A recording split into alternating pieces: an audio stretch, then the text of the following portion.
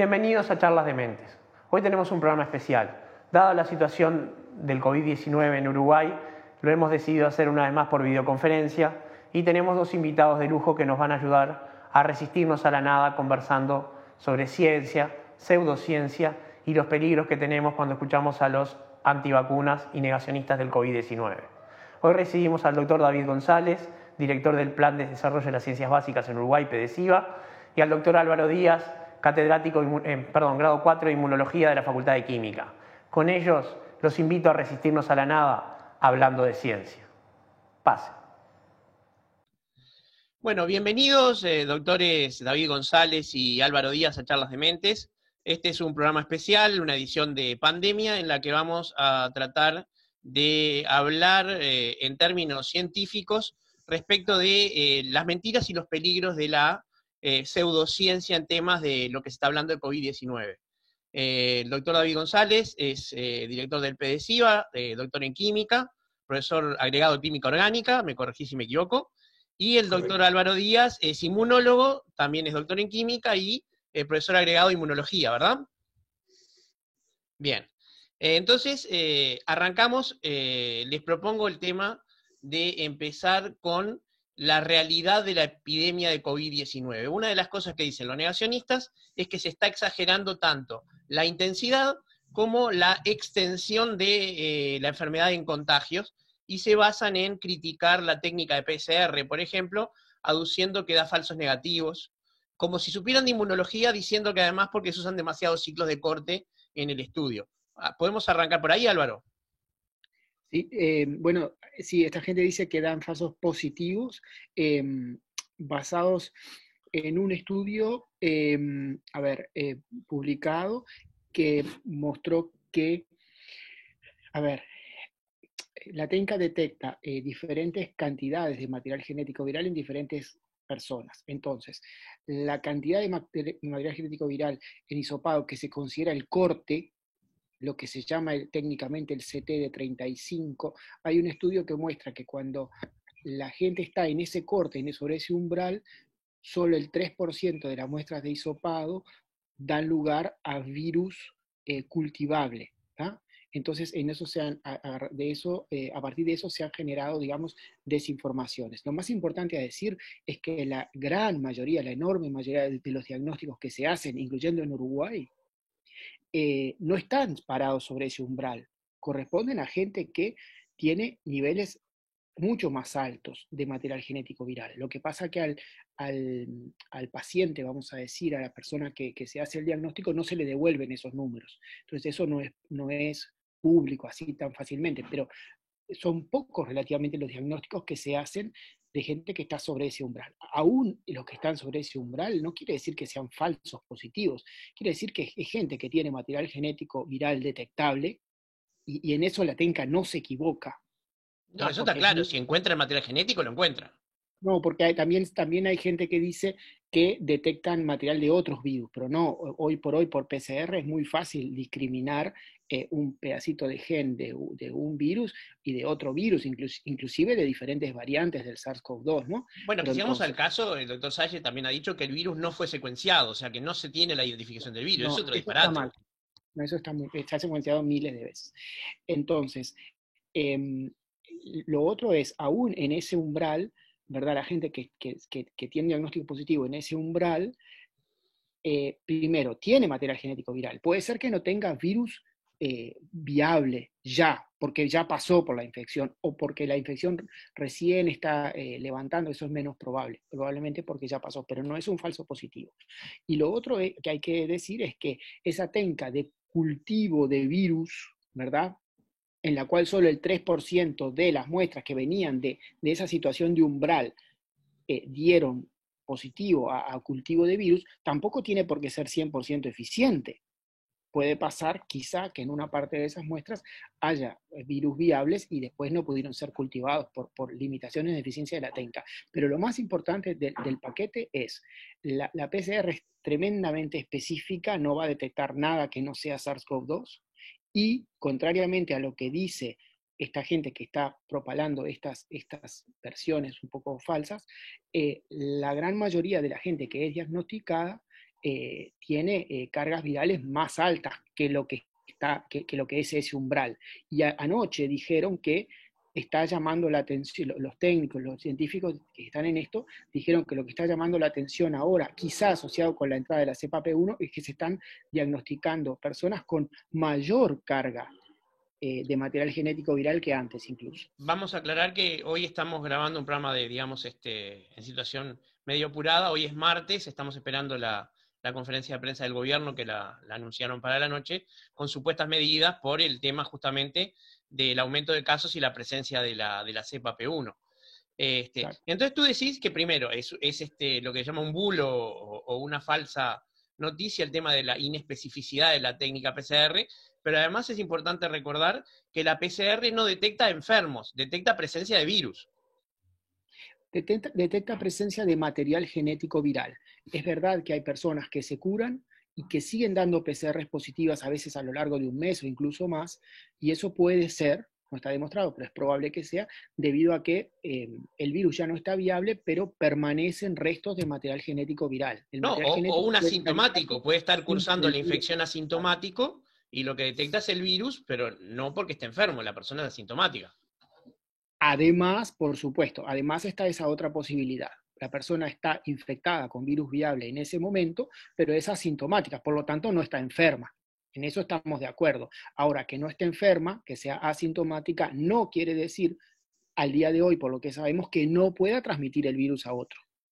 Claro, bueno, ese es el tema del que se agarran para negar que se puedan sacar conclusiones, como por ejemplo, que sea válido pedirle a una persona que se confine 15 días cuando da positivo en la prueba de hisopado.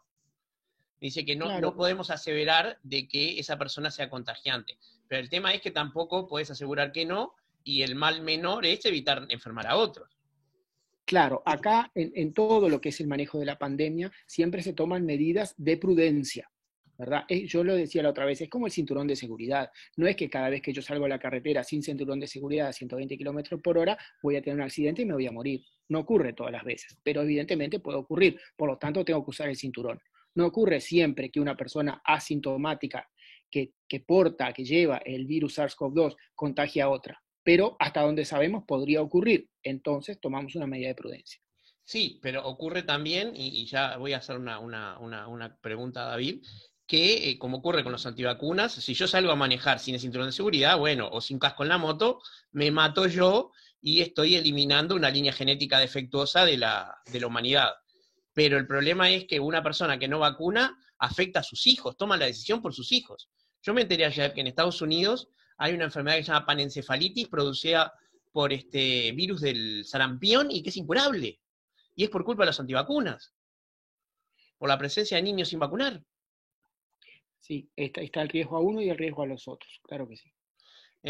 David. Y el riesgo como sociedad, ¿no? Exacto. Porque desde el momento que la razón por la cual el uso del cinturón de seguridad es obligatorio, más allá de que una persona solamente podría estarse lastimando a sí mismo, es que lastimarse, tener que ir a un hospital, tiene un costo social. Entonces, la sociedad trata en lo posible de evitar esos costos. Sí, eso fue muy medido con el tema del uso del casco en la moto. Entonces, claro, se pusieron los números de lo que le costaba a la sociedad los que se accidentaban sin casco y no se morían. Claro. Porque terminaban en cuidados paliativos y en problemas de salud muy graves. David, una de las acusaciones que se está haciendo en este momento al sistema científico, lo personaliza mucho en el GACH y en el IAD, pero es como que la ciencia es solamente la portavoz de ciertos intereses. Fue ayer, en el domingo, un editorial del País, por ejemplo, directamente decía que el GACH era portavoz del Frente Amplio, sin ninguna cortapisa en un Twitter, y como que hay un segundo discurso que tiene el mismo valor que un discurso oficial. ¿Qué nos decís? Porque tú, como director técnico del PDCIO, de alguna manera tomás decisiones por buena parte del sistema científico. Bueno, la verdad es que las decisiones basadas en evidencia científica a veces son correctas y a veces pueden ser equivocadas, como todas las decisiones de las cosas. Lo interesante es que a medida que se transcurre, aparece nueva evidencia y entonces de repente se dice, bueno, esto que pensábamos que era de esta forma, ahora estamos viendo que está otra, y a medida que la evidencia se acumula, cada vez más las conclusiones son más sólidas, y es necesario una gran refutación para echarlas abajo. Bueno, se supone que el sistema de la ciencia justamente es autocorrectivo, que cada vez se equivoca de una forma más sutil. Claro, claro. Y la verdad es que los consejos que ha dado la comunidad científica uruguaya a través del GACH y a través del IAD, en todos los casos se han basado en recopilar los datos disponibles en ese momento, tratar de sacar las mejores conclusiones, y cada vez, en lo que fue el 2020 y estos pocos meses del año 2021, cada vez se acumula más evidencia y más conocimiento, y las conclusiones que se sacan son más fuertes, ¿no? De ninguna manera, y sería absurdo pensar que las conclusiones y las recomendaciones del GACH o del IAD tienen algún tipo de intencionalidad, ni que decir partidaria, pero ni siquiera política. Simplemente se le trata de suministrar al Estado y al gobierno la información disponible. Pero es que cualquiera que conozca a los miembros del GACH saben que no son todos de la misma orientación política, es mentira que todos respaldan una sola. Son personas muy conocidas en su vida pública. Pero el tema es que la acusación que se hace es que eso representaría un discurso, porque los negacionistas, en este caso estoy hablando de la gente de un pasquín online que se llama Extramuros, que son todos, hay un semiólogo, un profesor de historia, un profesor de literatura, ninguno con formación científica, consideran que esto es un tema de un relato, una narrativa. Que lo que dice el GACH, por ejemplo, vamos a focalizar en el GACH como si fuera la ciencia, pero sabemos que no lo es. Entonces, es una narrativa. Hay otra, supuestamente sostenida por científicos, pero que nunca nombran o que son muy pocos, que tienen una igualmente válida, pero que es completamente distinta, como por ejemplo, que el COVID-19 existe, pero se ha exagerado, que no hay tal epidemia, que las vacunas no sirven, y ya llegamos a las más delirantes, ¿no? El chip 5G en las vacunas, la 5G, la nanotecnología para controlar a la personalidad y reescribir ADN, todo ese tipo de cosas. Tú estás, digamos, sé que no, pero ¿cómo desmitificarías el tema de los relatos, de convertir a la ciencia en un relato? Lo primero que rápidamente identifica la pseudociencia es que invierte la carga de la prueba. O sea, el pseudocientista lanza una teoría, por ejemplo, a través de la vacuna nos están inyectando un chip, y le dice, demuéstrame tú que eso no es cierto. No hay ninguna necesidad de demostrar eso. O sea, es quien hace la denuncia que debe demostrar algún argumento en ese sentido. La otra cosa que es interesante es que inmediatamente se empiezan a acumular una teoría sobre la otra. Eso se ve enseguida. Por ejemplo, se empieza diciendo primero que la pandemia no existe y que el virus no existe, pero luego se dice que el virus es artificialmente creado y inoculado para, por ejemplo, reducir la población humana. Entonces, ¿en qué quedamos? ¿Existe o no existe? No, pero también dicen que la vacuna también dicen que la vacuna cumple esa función, la de decimar la población humana. Entonces, ¿pero qué quedamos? ¿Hicieron el virus o la vacuna con la función de disminuir la población humana? Rápidamente una cosa se empieza a contradecir con la otra. Esto en realidad lo vimos toda la vida, por ejemplo, que la gente que cultivaba la creencia en los objetos voladores no identificados, también lo mezclaba con viajeros del futuro, con misteriosas criaturas que habitan en las nieves. O sea, simplemente es una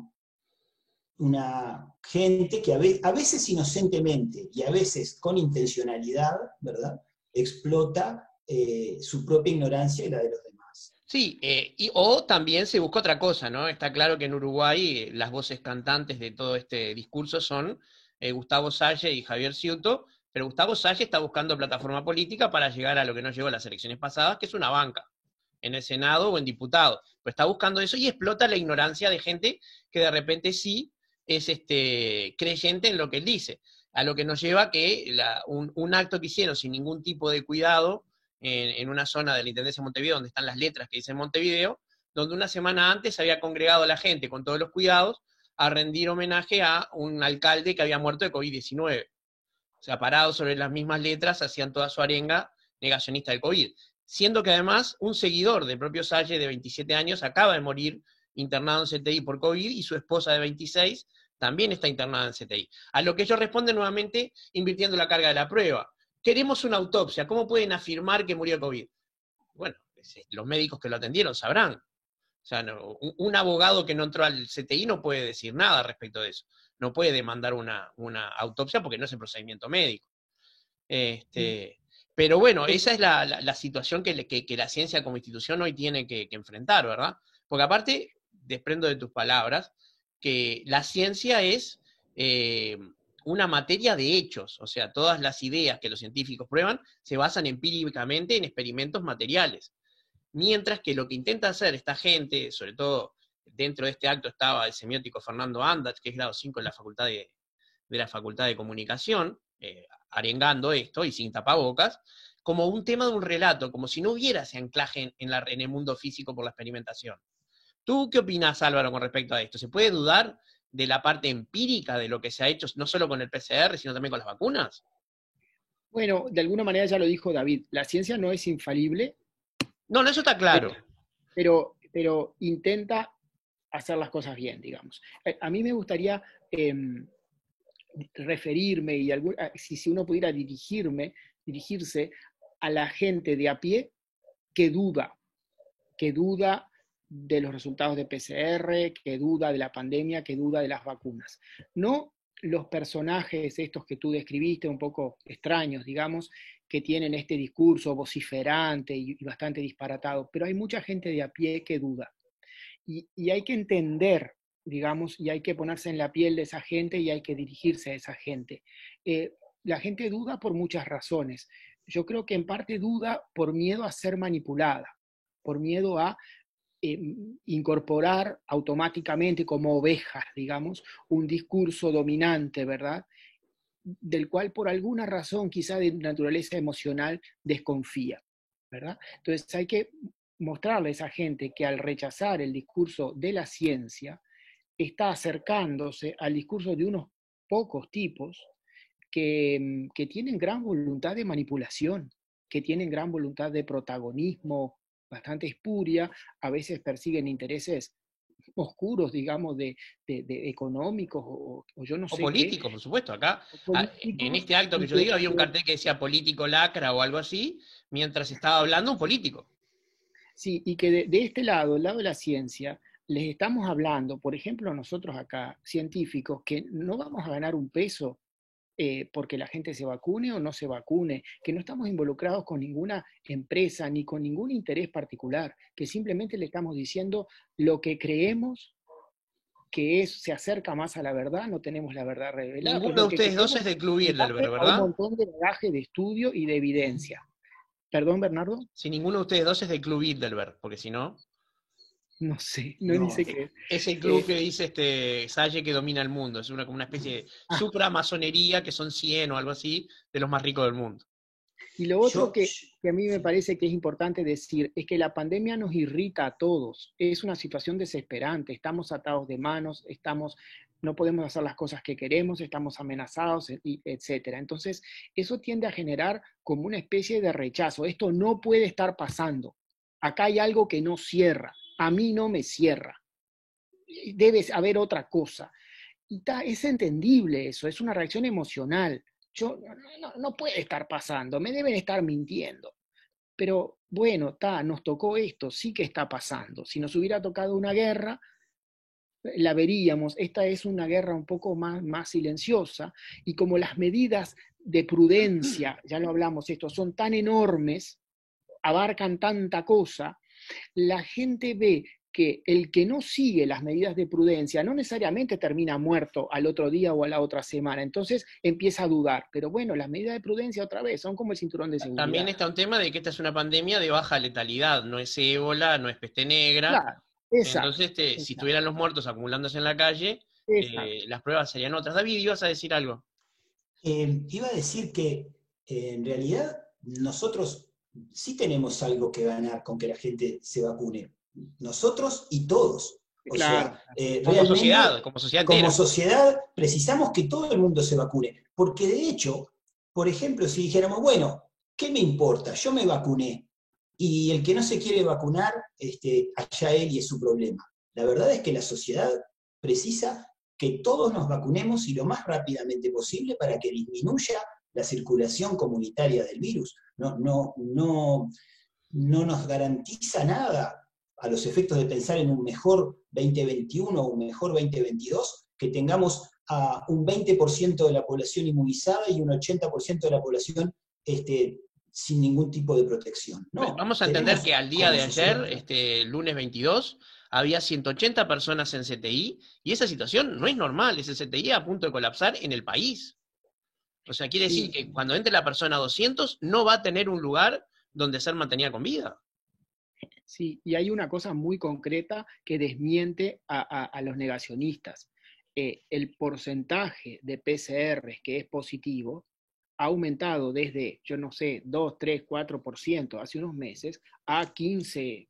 18 ya. Ahora, bueno, 18. El país ya está en rojo en 12 departamentos, que eso es lo que se mide con la positividad de los test que se hacen.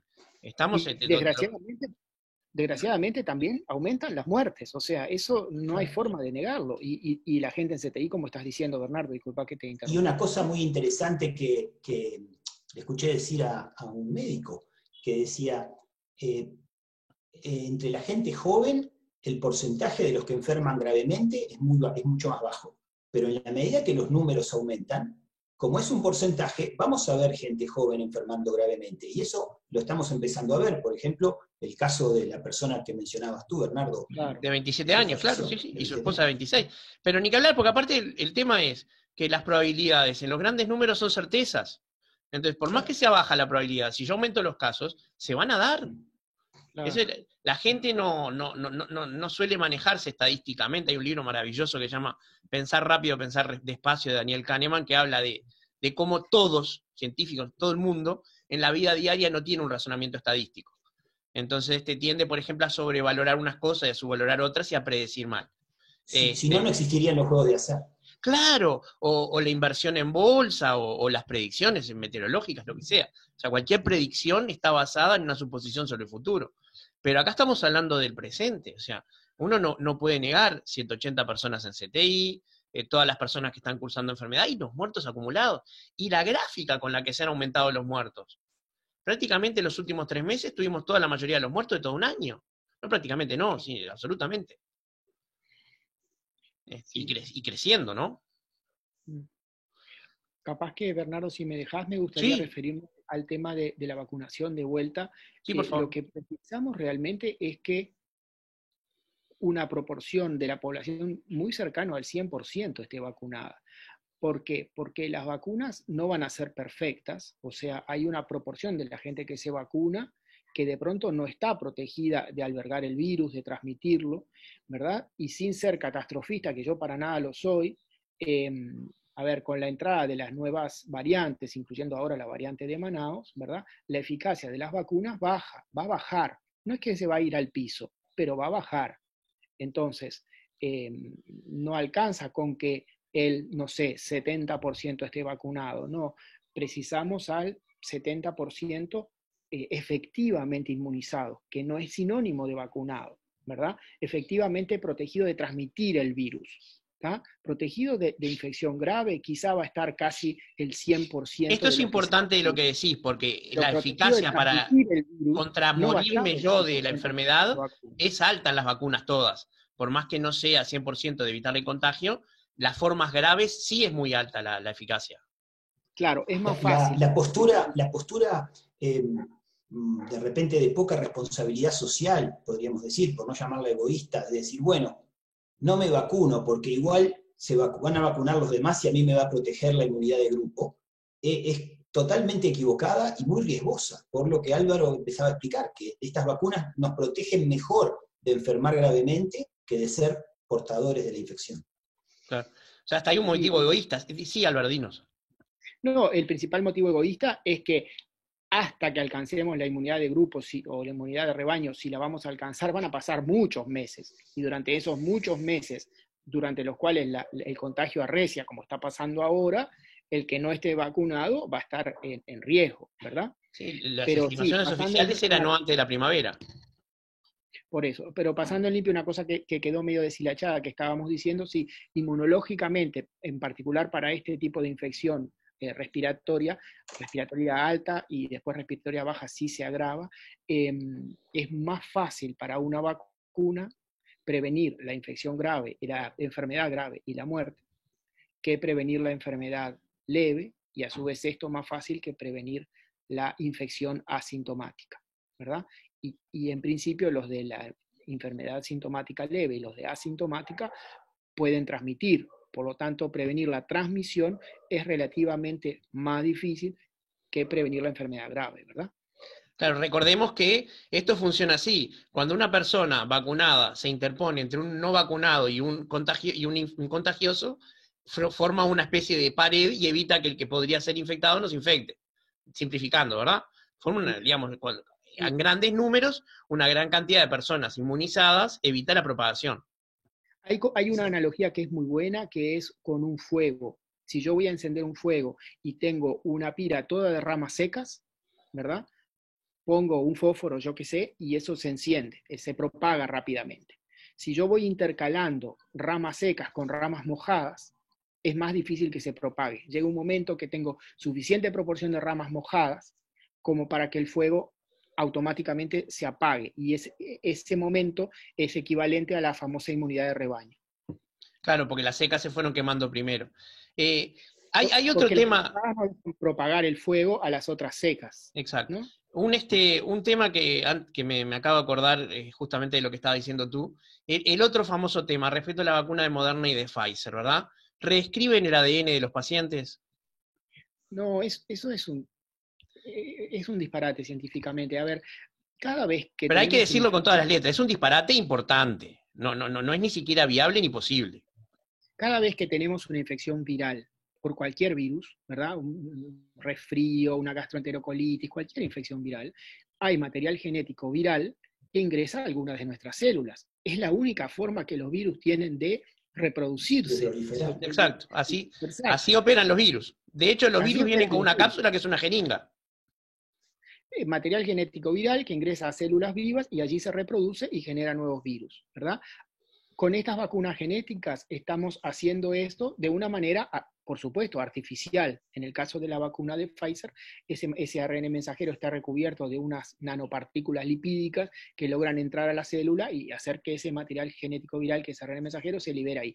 En el caso de la vacuna de AstraZeneca, hay un virus inofensivo, digamos, modificado para que lleve un pedacito de la información genética del coronavirus. Pero en cualquier caso, ese ingreso temporario, ¿verdad?, a algunas de nuestras células de una pequeña cantidad de material genético que codifica para una proteína viral, no es una novedad biológica, es lo que ocurre cuando tenemos infecciones virales. Entonces, de allí a decir que eso nos reescribe el ADN y ya no somos humanos, realmente hay un salto gigantesco, o sea, y dar ese salto científicamente, desde una perspectiva científica, nadie intenta hacerlo, digamos. No, pero aparte es un salto gigantesco en una dirección imposible, porque hasta viola la ley de la entropía, digo.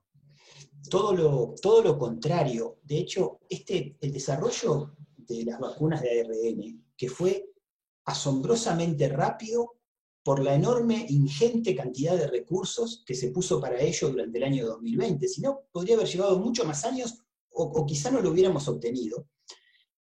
Nos va a abrir posiblemente hacia el futuro las potencialidades terapéuticas que no existían antes. O sea, de la capacidad de utilizar el ARN para preparar nuestras propias medicinas endógenamente o alternativas en esa dirección. O sea, no solamente esto no es el peligro de perder nuestra humanidad, sino que es posible que le abra a la medicina posibilidades totalmente nuevas a un plazo relativamente breve. Bueno, por aparte, modos, la medicina biotecnológica es el futuro de la farmacología, eso está claro. Llegado a ese punto, perdón, me parece importante distinguir lo que son vacunas genéticas de lo que es terapia génica, porque en esto también se ha hecho mucho entrevero. Hasta el momento, por lo menos la definición convencional de terapia génica es una terapia dirigida a modificar o arreglar algo que genéticamente está mal o podría estar mejor en nuestras células. O sea, introducir información genética humana corregida, corrigiendo un defecto genético o cambiando algo, ¿verdad?, del funcionamiento de una célula. Acá las vacunas genéticas no tienen información genética humana, ninguna, tienen información genética viral, una información genética que corresponde a un agente externo. Y lo que hacemos es imitar de alguna manera una infección viral que incluye, ya les digo, que entre material genético viral a la célula y se produzcan proteínas virales a partir de la información en ese material genético viral, para que luego el organismo genere defensas inmunitarias contra esas se producen las proteínas, proteínas, pero no se puede ensamblar el virus nuevo. No, claro, no se puede ensamblar el virus nuevo porque es una sola proteína viral en todo caso. No, para nada, no se puede ensamblar un virus nuevo, no. Pero esto no es terapia génica, no hay nada dirigido a modificar la forma en que está o usa el genoma una de nuestras células. Es información genética externa, ¿verdad? Que claro, corresponde a una agente externo. o sea que podemos afirmar categóricamente, primero, de que no se reescribe el ADN, porque eso es imposible en estas cosas, pero lo que decía David es cierto porque de alguna manera los materiales y el instrumental y las técnicas sí permiten avances que la terapia génica va a poder compartir en el futuro. Verdad.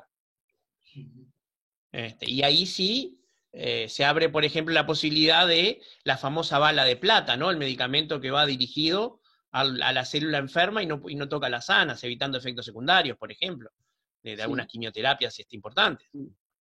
Y restringido a las vacunas, es importante decir que la actualización de las vacunas que va a ser necesaria para que cubran mejor contra las variantes nuevas del virus que están surgiendo y las nuevas que surgirán, ¿verdad? Esa actualización para estas vacunas genéticas que se basan en material genético va a ser más rápida, más fácil, ya está encaminada de hecho probablemente, que para vacunas más tradicionales. Hoy por hoy, sintetizar pedacitos de ARN o de ADN con una determinada secuencia, ¿verdad?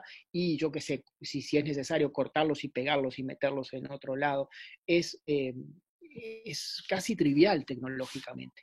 Esa es la otra, porque la reescritura genética también se hace a través de la técnica CRISPR. Estoy hablando de las afirmaciones de Sage, ¿no? Que esa es la que están utilizando para reescribir el ADN de las personas y convertirlos, no se sabe muy bien en qué. Yo quisiera ser Wolverino, por lo menos que me creciera el pelo de vuelta. Creo que eso lo compartimos, ¿no? Pero sí, claro. No, entonces, por supuesto, CRISPR es una técnica muy útil que se está usando para un montón de cosas. Contanos qué es la técnica CRISPR. Es una técnica que permite cortar en el ADN en un lugar muy finamente elegido, ¿verdad?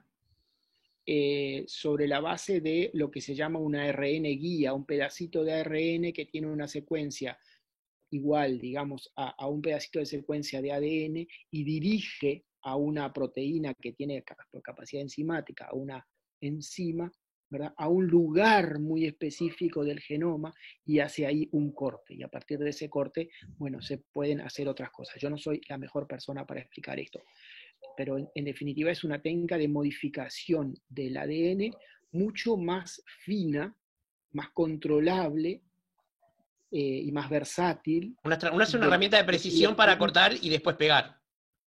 Para cortar y a partir de ahí poder pegar ADN. Porque ella se hacía antes del CRISPR.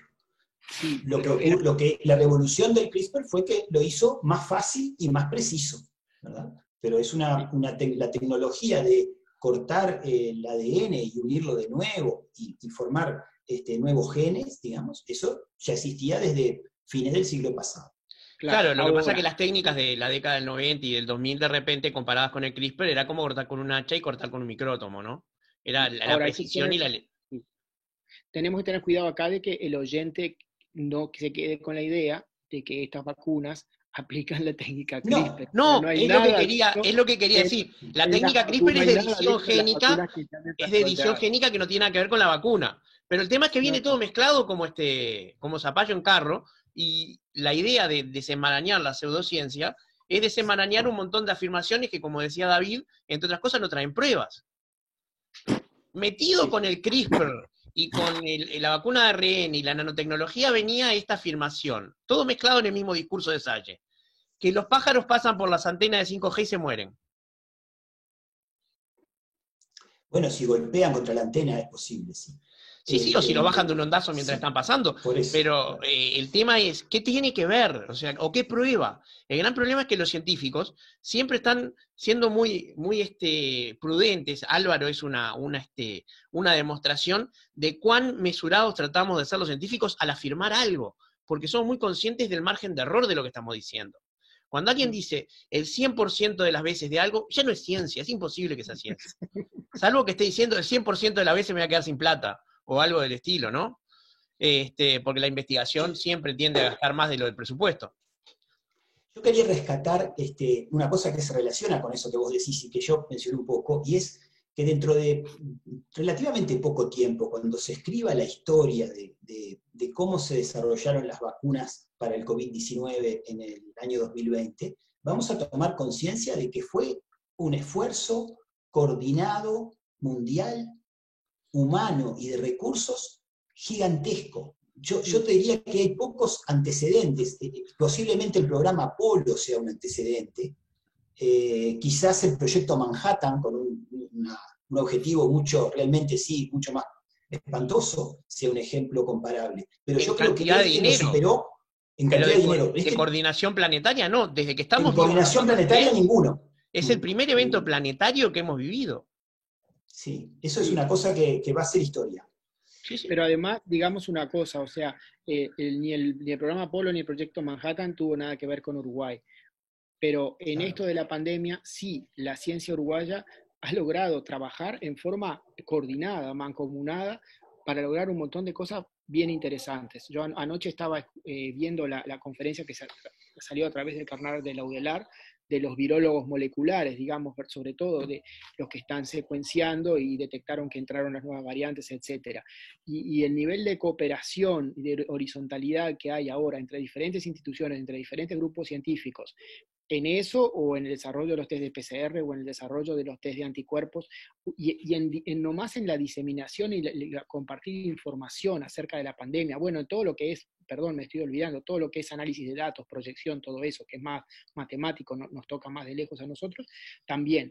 Entonces, eso es algo de lo que nos podemos sentir orgullosos, la verdad, está muy bueno, y está muy bueno que le transmitamos, digamos, a la gente que está un poco más afuera de eso, que todo eso se hace con buena voluntad, que no hay ninguna conspiración, que hay centenas de científicos uruguayos involucrados, que es imposible, que son gente común, ¿verdad? De alguna manera, que es imposible que estemos detrás de un plan malévolo, confabulados con quién sabe qué seres poderosísimos del exterior, millonarios, excéntricos, que quieren dominar la humanidad. No, eso no puede existir, ¿verdad? Claro, mi ejemplo del programa Apolo era muy malo, porque los negacionistas de la vacuna a menudo también son negacionistas del programa Apolo. Por supuesto, no llamamos nunca a la Luna, claro. Entonces, por eso, quizás desde ese punto de vista era un mal ejemplo.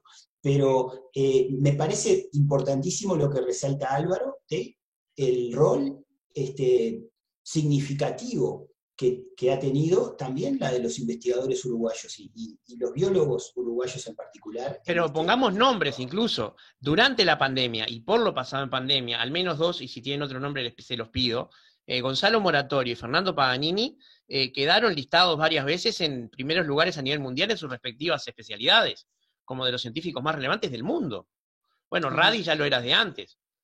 La doctora Pilar Moreno, que es citada justamente por Gonzalo Moratorio, porque es su compañera, su co-líder del mismo grupo de laboratorio, y pertenece a su misma generación, es otro ejemplo de investigadora uruguaya destacadísima, ¿no? Y de investigadores, y ahí le hago un pequeño aviso del PDCIVA, formados en Uruguay, en nuestro programa de posgrado de la Universidad de la República, ¿no?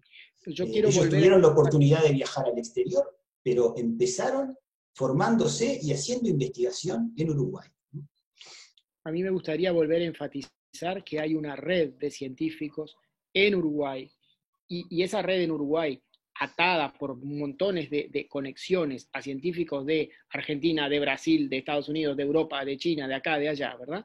Que esa red de científicos que involucra un montón de gente en las universidades y también gente en las empresas privadas, ¿verdad? No puede estar toda confabulada para un plan malévolo, para engañar a la población. Es mucha gente, y mucha gente diferente, políticamente diferente, con diferentes especialidades, con diferentes personalidades. Lo único que tenemos en común es el método científico, que es, bueno, buscar la verdad a través de experimentos, y cuando pensamos que algo es de una manera y el experimento da de otra manera, lo cual pasa muy seguido, decimos, esto no era, agarramos para este otro lado, ¿está? Pero en definitiva, gente común y con los defectos humanos, con los egos, con las peleas, con las cosas, pero no un conjunto de seres extraños que se pueden confabular para engañar a la humanidad o para engañar a la población de Uruguay. Cualquiera creería que hasta los científicos discuten por fútbol, incluso. No. Vaya que sí. No. Hay un tema que me acabo de acordar de lo que decían ustedes, porque es hasta enternecedor lo que sostienen los pseudocientíficos. Cualquiera que haya tenido que organizar un partido de pádel entre 4 personas en la década del 90, o un fútbol 5 más cercanamente, sabe lo difícil que es coordinar las actividades humanas. Y un plan mundial ejecutado sin fisuras para algo así, es imposible. Simplemente no hay cantidad de dinero ni de recursos humanos que lo coordine. O sea, no podría hacerse. Muchas veces vemos a los negacionistas que dicen, hay muchos que están en contra, pero no les permiten expresarse, ¿no? También. Y justamente es lo que ellos están haciendo, o sea, están teniendo acceso a las redes sociales, a decir sus posturas, más o menos disparatadas. He visto videos en YouTube que se quejaban de la censura de YouTube. Claro, es asombroso, sí. No, sí. Y es real porque aparte, y vuelvo a insistir, que eso es lo que quisiera extraer como conclusión un poco de lo que estuvimos hablando. La ciencia está basada en hechos y, aunque es pasible de error, lo que tiene más asegurado es que buscan los posibles errores antes de comunicar un nuevo hecho, y no es un relato. No es un cuento contado por gente, es algo que se observó en circunstancias controladas en la naturaleza, que eso es lo que se llama experimentar. Se extrajeron conclusiones y se formuló, sí, un relato, pero anclado en el mundo real. No es cierto que cualquiera pueda tener un relato de cualquier tipo y que sea equivalente al de la ciencia. Por mucho que venga alguien con un título universitario a hacerlo, porque tampoco tenemos que caer en el academicismo, ¿verdad? O sea, Edison, por ejemplo, no tenía título universitario, o sea no todas las personas que han avanzado en la ciencia procedían de la academia propiamente. Estamos hablando de gente que sí utilizaba la metodología. Bernardo, más allá de que ahora tenemos el foco en las vacunas, yo quería aprovechar para recordar un tema, porque vos le has dado realmente de más trascendencia durante el año pasado. Ahora que estamos teniendo un aumento de las infecciones, un aumento de las muertes, que vamos a tener, como tú señalaste, mucho más ocupados los CTIs también, es posible que veamos otra vez un resurgimiento de las llamadas terapias milagrosas o pseudoterapias milagrosas, como cundieron en Latinoamérica el año pasado, ¿no? Entonces tenemos que estar atentos a eso, y es importante que la población sepa que los médicos uruguayos a lo largo de este año han aprendido un montón sobre cómo tratar la pandemia, y hay terapias médicas probadas y efectivas con las que se trata de atender a la población, y que muchas veces, muchas de esas terapias alternativas que de repente se ven a través de un video de YouTube, que la promociona una persona con aspecto de experimentado, y que habla con una voz calmada y un acento ligeramente alemán, y se pone una túnica con acento ligeramente alemán, muchas veces lo que están haciendo es explotando la desgracia humana, y hay un negocio detrás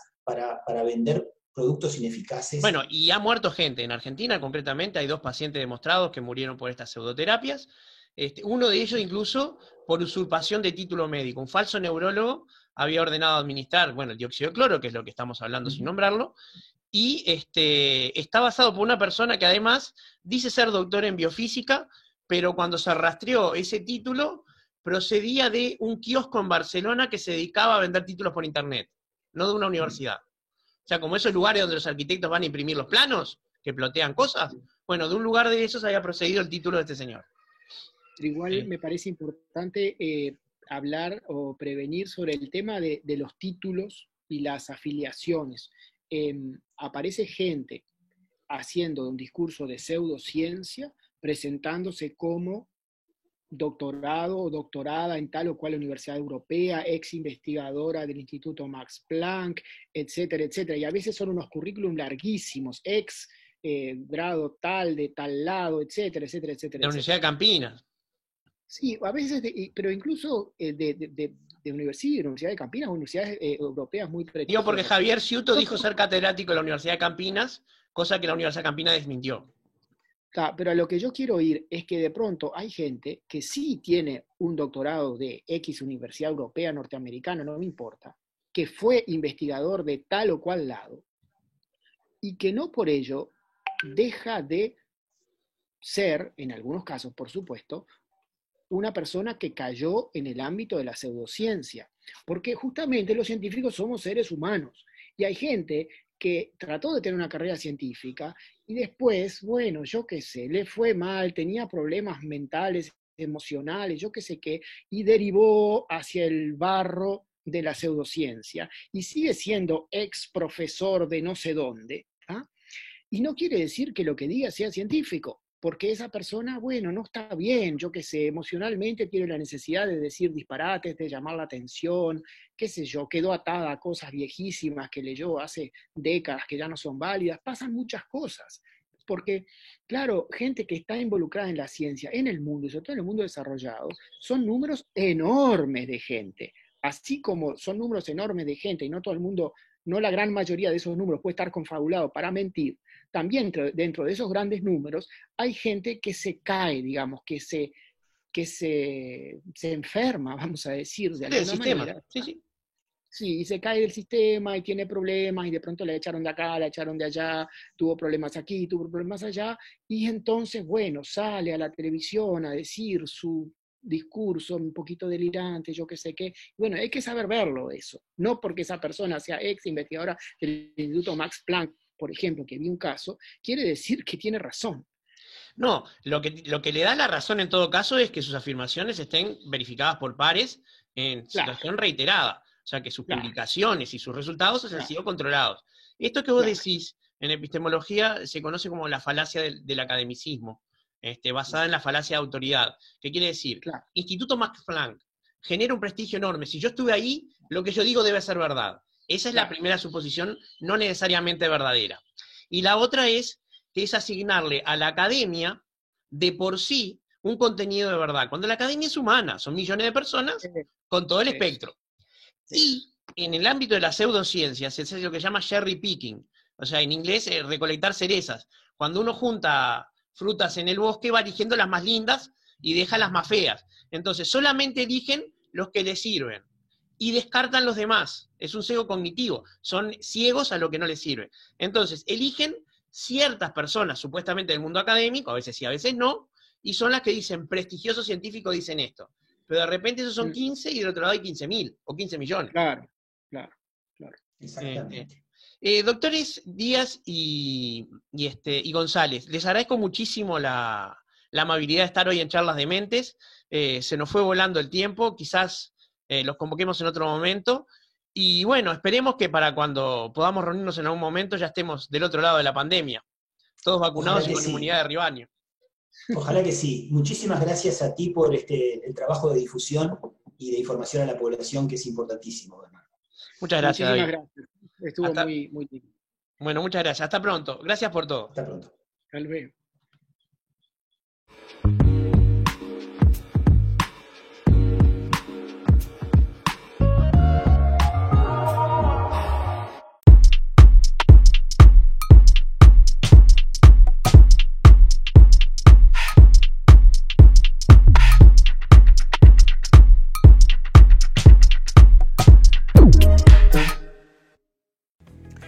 las semanas los invitamos a un viaje interdimensional por el mundo del cómic, la ciencia ficción, la fantasía, los juegos y más.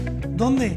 Acá, en Esdrújula TV, Perdidos en el Éter, Visiotron, transmisiones digitales para un mundo post-apocalíptico.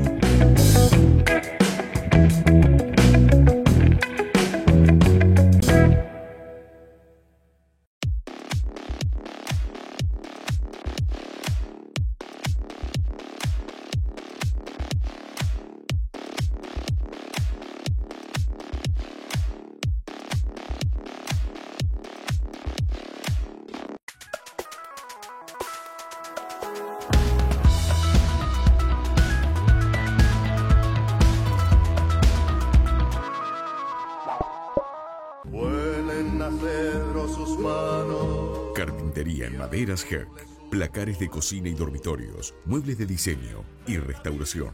Trabajos garantidos, responsabilidad y puntualidad. Comuníquese al 095-465-880. Carpintero, lindo oficio. Carpintería Herc. Carpintero, lindo oficio, ¿quién no lo quiere aprender? Existir Sociedad Anónima es el único importador oficial de repuestos Jack. Trabaja tranquilo con repuestos originales y visítanos en nuestra nueva planta de la Ruta 1, kilómetro 28500.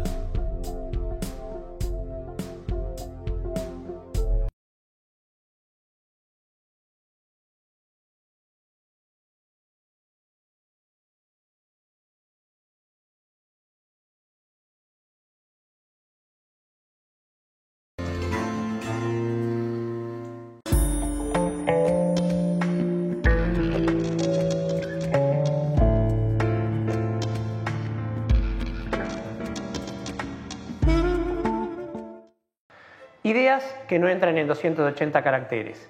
El momento en cada programa en el que nos ponemos a pensar en ideas relevantes que nos permitan resistirnos a la nada de una forma diferente que cuando estamos compartiendo con los invitados.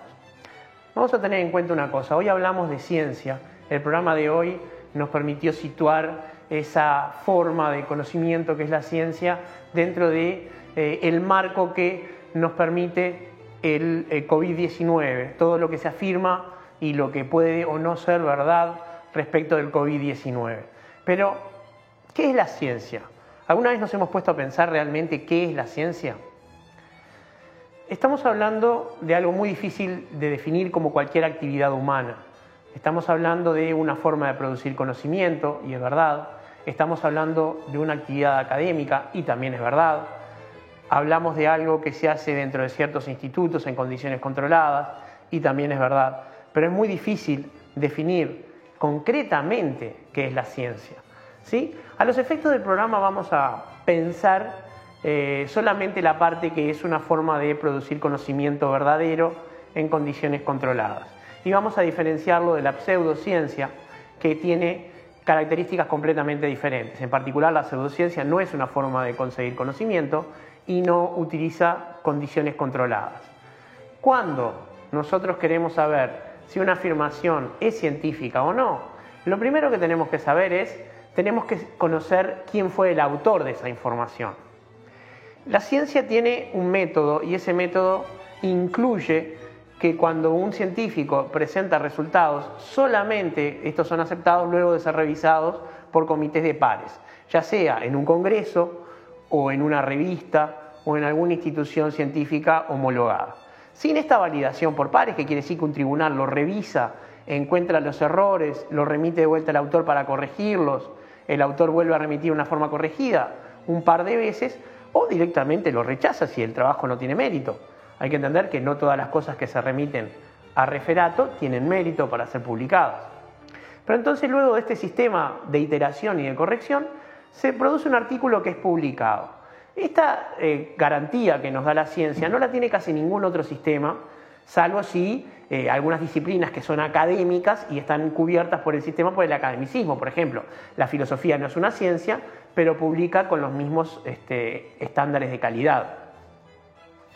Entonces, los científicos publican en condiciones controladas. ¿Qué hacen los pseudocientíficos? entran en las redes sociales, en los programas de la tarde de televisión y hacen afirmaciones que no prueban, pero que dicen prestigiosos científicos sostienen que, y entonces ahí empiezan a decir cualquier cosa. Por ejemplo, que las torres de 5G son malas porque matan a los pájaros, un disparate, pero que en todos casos habría que aportar aunque sea una foto de prueba. O que las vacunas van a insertar un chip o nanotecnología que va a permitir el control del individuo, algo que, les adelanto, es imposible, pero que en todos casos necesita prueba, ¿sí? Y lo más importante que hace la pseudociencia es olvidarse de algo que la ciencia jamás se olvida, y es que nada puede afirmarse con un 100% de veracidad. No podemos afirmar con un 100% de veracidad que nos vamos a morir, porque hasta el momento en que nos morimos es posible que no. Un cambio en la medicina podría permitir una vida eterna. Improbable, por supuesto. ¿Va a ser carísimo? Ni que hablar, pero posible. Entonces, cuando alguien afirma que el 100% de las veces, o todo el tiempo, o algo universal en ese sentido, no hay ni que escucharlo, eso es un disparate. La ciencia solamente dice en un 70% de los casos se produjo tal efecto, pongamos por ejemplo protección contra el COVID-19, en una eficacia de un 90%, un 70%, y esto se ha hablado, por ejemplo, las vacunas Sinovac, se habló de que tenían un 50% de eficacia, y luego con estudios posteriores se vio que sí, para evitar el contagio la eficacia andaba alrededor de un 50%, pero para evitar las complicaciones graves, o sea, las formas graves de COVID-19, esto es, yo me infecto pero voy a tener la forma leve, la efectividad subía por encima del 84%, ¿sí? Pero en ningún momento se dijo 100%, todos los casos todo el tiempo. Eso la ciencia no lo hace. La ciencia sigue un principio que se llama el principio de parsimonia. Cada cosa que yo afirmo no puede contradecir las que yo creía anteriormente, porque si una verdad a demostrar o provisoriamente demostrada contradice lo que yo sabía antes, ambas cosas que se contradicen deben ser puestas en juicio, aun cuando sea algo que tuviera 5 siglos de creencia. La teoría de la relatividad de Einstein, por ejemplo, fue un caso. Vino a contradecir varios preconceptos que se tenían sobre el movimiento y la velocidad, y bueno, resistió, soportó el paso de las sucesivas pruebas y se convirtió en una verdad aceptada científicamente en las condiciones en que la relatividad aplica. Porque esto es lo otro que los pseudocientíficos no saben. Existe un concepto que se llama ámbito de aplicación. Pongamos por caso otro disparate que se está publicitando hoy en día en las redes. El dióxido de cloro como supuesta cura. El dióxido de cloro es un veneno muy malo porque no mata prácticamente a nadie que no esté enfermo, pero sí puede producir toxicidades, irritaciones, etc. El tema es que cuando la gente rechaza la terapéutica normal para aplicarse este disparate, ocurre como en Argentina, que al menos tenemos 2 casos concretos de personas que han muerto por consumo de dióxido de cloro y por suerte ahora ya hay condenados en la justicia porque uno de los casos además había sido recomendado por un falso neurólogo que estaba usurpando una matrícula que no tenía. Hay que tener en cuenta que este es el otro tema, usurpación de títulos que uno no tiene, ¿sí?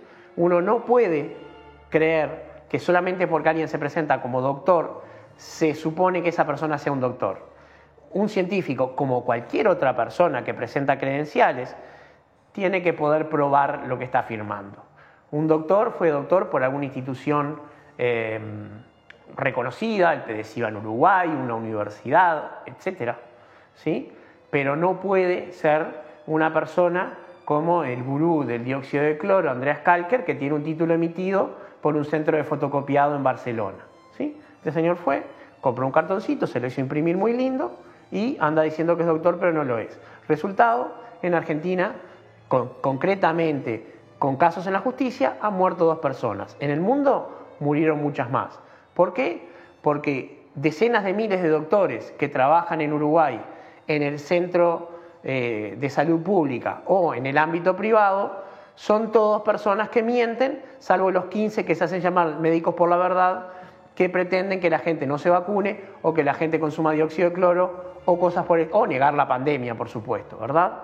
Esto es algo que también tenemos que entender. La retórica de los anticientíficos, como no precisan probar nada y como no tienen que medir sus afirmaciones, tiende a ser más histriónica, podríamos llamarla de alguna manera payasesca, que la de una persona seria. Imagínense, por ejemplo, al presidente de la República, de cualquier república, de cualquier presidente, no nos politicemos en este momento, que tenga que hacer un anuncio y se ponga a hacer chistes en el medio del anuncio. No digo un comentario para romper el hielo, que eso está bien, eso es el arte de comunicar. Me refiero a hacer un chiste atrás de otro. Bueno, cuando una persona está haciendo eso, lo que está haciendo es captatio benevolencia, está tratando de captar al auditorio y de convencer gente, desviando la atención de lo más importante, que no tiene argumentos. ¿Sí? Este es el otro tema en el que la pseudociencia se diferencia de la ciencia. La pseudociencia está ávida de generar convicción. Necesita desesperadamente que todos y cada uno de los que los escuchan los aplaudan y los sigan.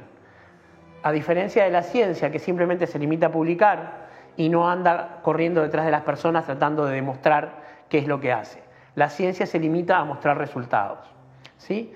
Y esto es muy importante. Y una última cosa que tenemos que entender respecto del tema de la pseudociencia y su peligro cuando nos invita a no vacunarnos y cuando nos invita a consumir supuestas curas que no funcionan. La ciencia siempre es una cuestión de hechos. No podemos creer, por más que algún semiótico lo diga, que la ciencia es un problema de relatos.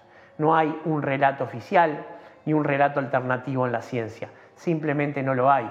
Cuando en un punto, no en toda la ciencia, en un punto coliden dos paradigmas o dos relatos, uno va a tener experiencia experimental a favor y el otro no, entonces va a quedar uno solo, porque así es la ciencia. Cuando alguien intenta presentar un nuevo relato como alternativo y pretender, sin pruebas, sin argumentos sólidos, que tiene el mismo valor que todo lo que se ha publicado dentro del aparato común de la ciencia, con referís, con congresos, con revistas, es igual, está mintiendo. Y si es un académico, está mintiendo vilmente además. No creamos esto, entendamos que la situación en este momento es grave. En el mundo al menos se están desarrollando 2 curas posibles contra el COVID-19, pero las están desarrollando laboratorios. Una es de Pfizer, la otra es de un laboratorio israelí. Y las vacunas protegen. Por nuestros seres queridos, por todos, tenemos que vacunarnos, porque si nos morimos, la nada va a haber ganado. Hasta el domingo que viene.